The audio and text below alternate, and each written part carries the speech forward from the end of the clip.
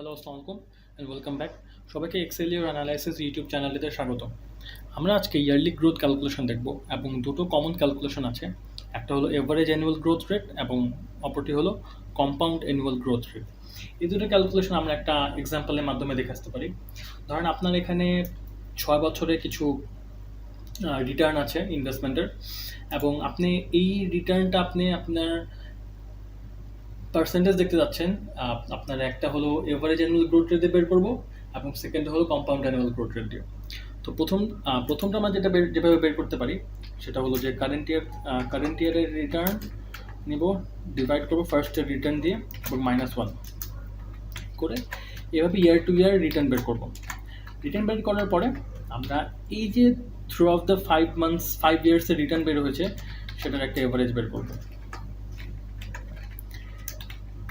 ওকে, তো এই এভারেজে যে রিটার্ন আসছে 7.27, সেটা হলো আপনার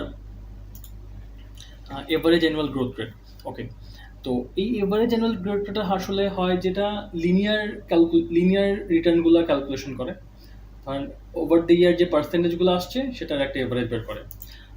on the other hand CAGR যেটা করে যে আপনার থ্রু আউট দ্য ইয়ার যে রিটার্নগুলো আসছে তার ভলাটিলিটি দেখে এবং সেই হিসাবে ক্যালকুলেট করে।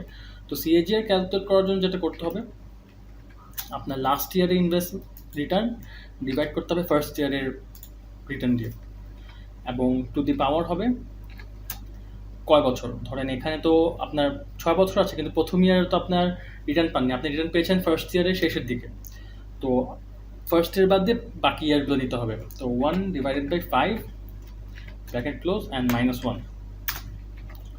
সেম রিটার্নে আপনার CAGR আসছে 7.09%।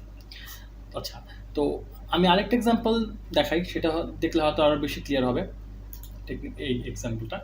ধরেন আপনার ফার্স্ট ইয়ারে 71,000 ছিল, পরে 75, এভাবে করে লাস্ট ইয়ারে গিয়ে আপনার লাস্ট ইয়ার রিটার্ন ছিল 71,000। দেখেন সেকেন্ড ইয়ার মানে ফার্স্ট ইয়ারের যে 71,000 অ্যান্ড লাস্ট ইয়ার 71,000, টেকনিক্যালি আপনার গ্রোথ 0।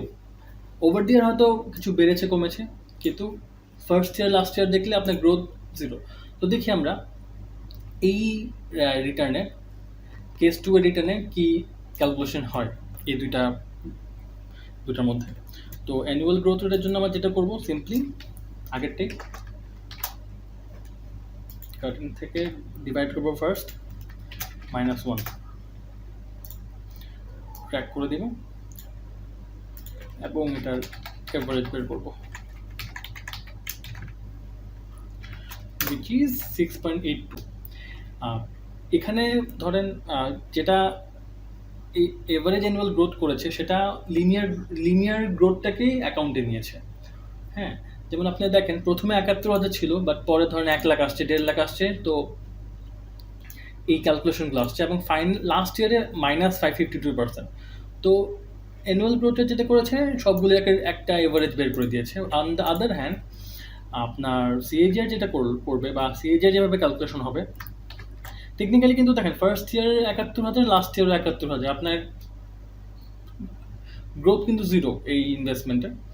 তো CAGR যেটা করে লাস্ট ইয়ার ইনভেস্টমেন্ট ডিভাইড করবে first year to the power 1 divide, যেহেতু 5 বছরের রিটার্ন 5 অ্যান্ড -1 করলে আপনার গ্রোথ রেট 0 দেখাচ্ছে।